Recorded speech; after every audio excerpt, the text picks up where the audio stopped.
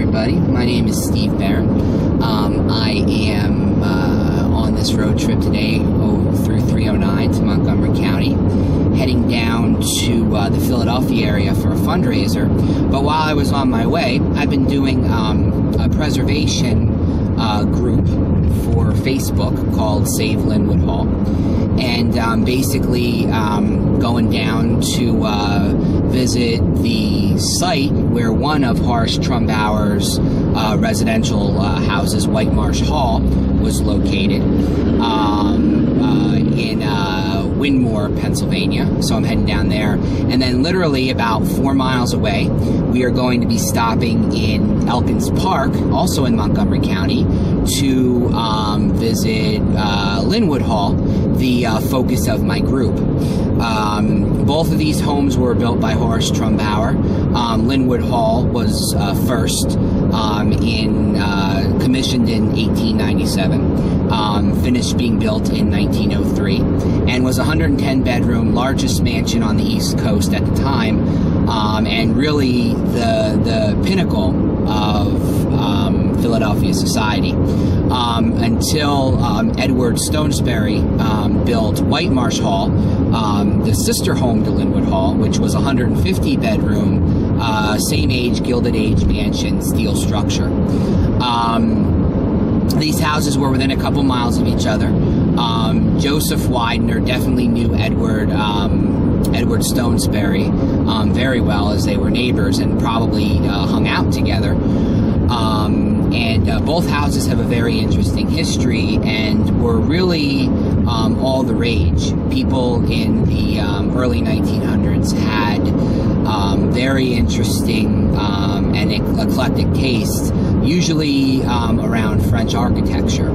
So what they did was they decorated their rooms circa Louis XV. Stonesbury and the Wideners had a great love of art, and the Widener collection, which used to hang in Lynnewood Hall, is actually now in the Smithsonian.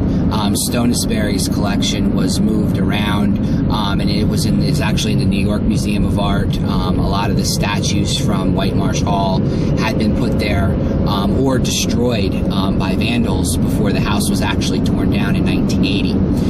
Stonesbury's mansion at one point during the Depression had 4 machine gun turrets that guarded it. He actually had machine guns set up to actually protect his property. As the Depression hit, people were lashing out and attacking the ultra-wealthy in the Philadelphia area, and he wanted to make sure that his house was protected when he was not home, that his wife was protected. So he basically put Thompson guns, 4 of them, around his home to protect his property. We're going to look for, I don't know if any of the cement pilings are there for those Thompson guns, but we will look. Along with going over some of the property at Whitemarsh. Lynnewood Hall still exists. The 36-acre main property is actually surrounded by the original 7-foot-high iron fence that's about a mile long. The property is private. It's posted no trespassing. We will not be going anywhere that we are not allowed to go. So we will respect trespassing signs. I have spoken with Dr. Yoon on the phone. He's told me that it's impossible, that I cannot see or go anywhere near his house or go inside to video or photograph. That he's not interested in the preservation of the house unless Cheltenham Township is allowing him to build a church or maintain a church on the property with a caretaker. Cheltenham Township has actually said they're not willing to do that, and it's been tied up in a Supreme Court battle in the state of Pennsylvania for a long time. I think the appeals have run out, and it's time to basically make a move. So Dr. Yoon is either going to sell the property, stop paying taxes on it, and let the state, or the city or the mortgagee foreclose on the property. So there are a lot of different things. People had said the property is guarded by dogs. We're going to check it all out today. Currently, there are no videos of Whitemarsh Hall's ruins or Lynnewood Hall's ruins on YouTube or the internet.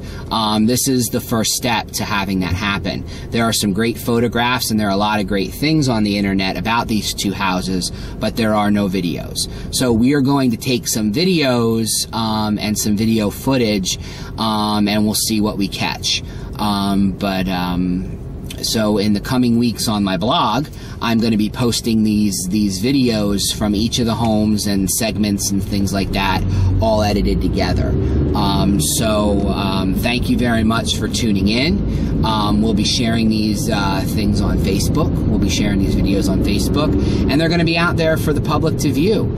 And hopefully this will bring some notice and some notoriety to Lynnewood Hall, make it more popular, and get it in people's minds so we can actually work to save the structure.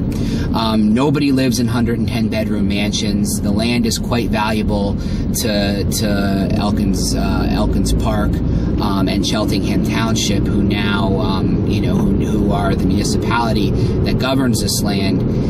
So I would be very in favor of them doing something to preserve the property, even if they materially change the inside but keep the main structure together, meaning keeping the original layout of the main building, the historical structure of the building, because Horace Trumbauer was a beautiful architect, a wonderful architect, and built beautiful properties. And as you will see very, very clearly, he really was one of a kind.